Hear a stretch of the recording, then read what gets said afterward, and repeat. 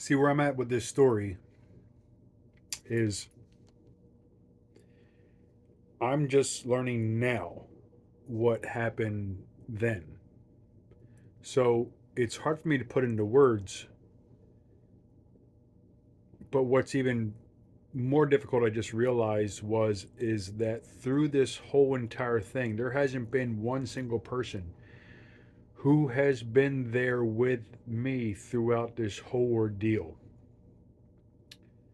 There have been people, there have been customers, there have been family, there have been friends, there have been acquaintances, there have been doctors, there have been schools and principals and doctors and psychiatrists, and going through this whole thing with Tessola, the mother of my son, who created this. There hasn't been a single person. There's been friends that I've come before in the beginning or in the middle, and coworkers have heard.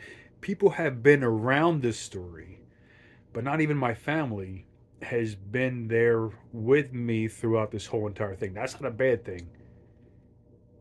But there's one true thing that has been there with me through this whole entire time, and that's my God.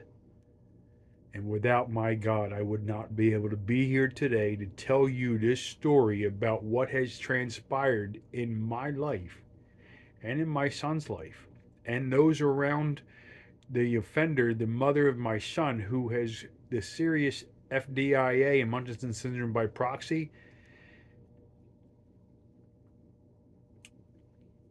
There's only one that's been here, and that was my God. I'm thankful that the fact that I can make this video today and be alive, and because anybody who's familiar with Munchausen syndrome by proxy, it's the most lethal form of abuse out there. And being that she has abused my son and myself, and the fact that we're still alive, that says a lot. One of the reasons why I have not wanted to take the next step, which I have been trying to take every step systematically in order, and or not just in order, but I took every step in the nicest way to inform all of the officials who should have and did not follow up on a child abuse phone call. I have reached out to doctors. I have reached out to so many people, physicians, schools, mental health associations.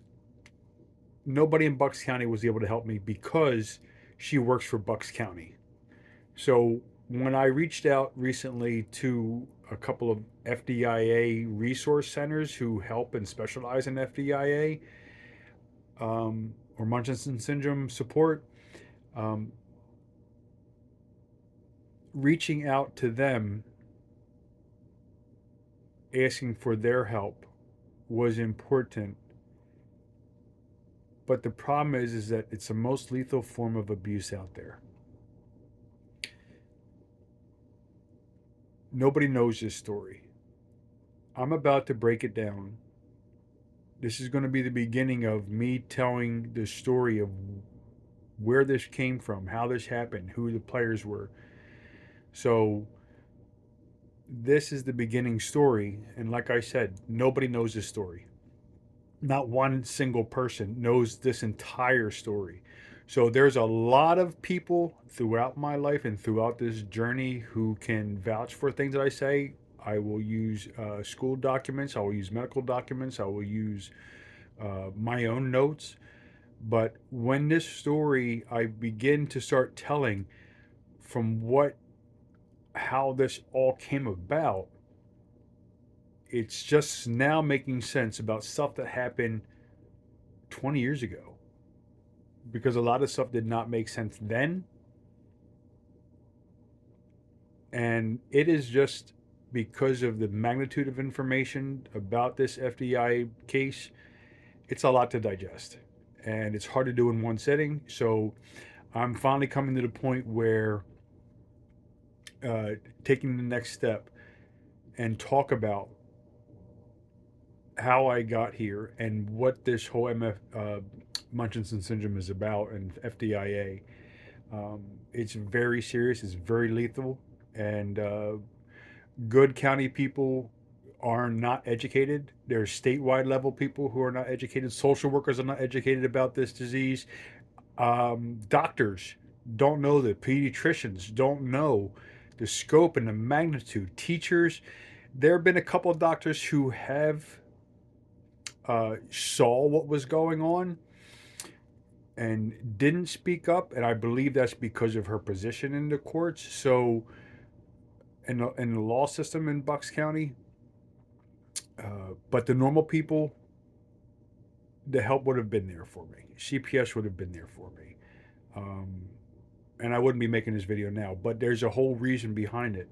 So there's a lot for me to unpack. There's a lot of information that if you listen closely, I will either try to narrate it or just tell you word by word what has transpired.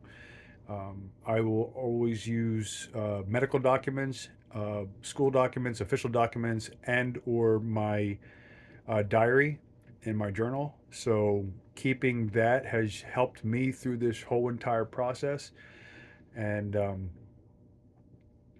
that's what's really helped me digest what has transpired. So keeping real-time journals about what transpired, and then now being able to start to talk about it on the video, and then tell the world what really goes on or what has really transpired and why I don't have my son today and why he's estranged, and it's a whole big story. It's a mess, but I'm good. I'm happy inside because I know my relationship with God is there and has always been there. So you I hope to have not talked about this on video because I cannot believe I'm at this point in my life where reaching out to everybody you're supposed to reach out to do the right thing and they don't do the right thing. Well, that's not on me. So that doesn't affect me. That's on them. So this is my time to start divulging the information as it happened and what I have written and what has been written. I want to start to lay that out and to tell the story about what has happened. So there is hope for those who suffer from FDIA. And this 18-year or 23-year journey now with this woman with the mental health issue, I was trying not to make a video and put that information out there because I tried to use all of the correct ways to deal with things through law officials and through medical doctors and through psychiatrists, and but and calling CPS and making reports, none of which ever happened, which is just because she works for the same court systems that were supposed to protect us. She works for them. So my story is a little bit different from other people's because normal people get CPS involved and then they can get some help or resources out there. Mine didn't because the mom works for the county. So I have a special circumstance. I have a very special story. My son's been with me, or I know I've been in my life for 23 years as a father who has a right to be able to protect his son and has not been able to protect his son because the offender, the mom works for the county. That's not my problem either. My job is to help my son. And that has always been the forefront of the mission ever since it began 18 years ago when I called Child Services asking for them to help protect my son, which they did not ever call back. So it's time to start laying out the story that they didn't want to hear.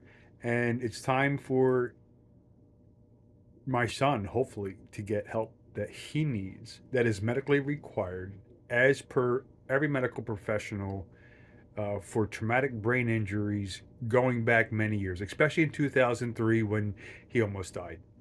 So part of that is threading the needle through what has transpired and what the county didn't want to be involved in, and then turn their nose to somebody that this story will tell of a woman who's very mentally ill. And I've been trying not to go public about it. And I've been trying to deal with everything in the correct legal manner, but all of those obstacles, legal, talking to lawyers, talking to judges, nobody wants to hear it.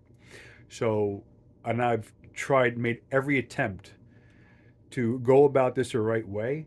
And I'm now going to start telling the story. And after trying to do everything the right way and nobody wants to talk about it, it's my turn to talk about it.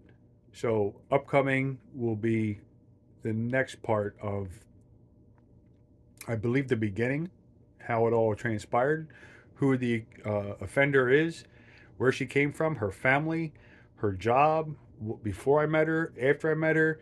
All that will come out because I took a lot of notes in 2007 when I found out that she has Munchausen syndrome, um, or made the phone call to CPS about it. That's when I started learning about it, but I didn't know what was going on at that time. So I wasn't sure about what Munchausen syndrome was. I didn't even know it was there. But come to find out, with the internet, after that time, I have access to information. So that's good. So what's to come is the story.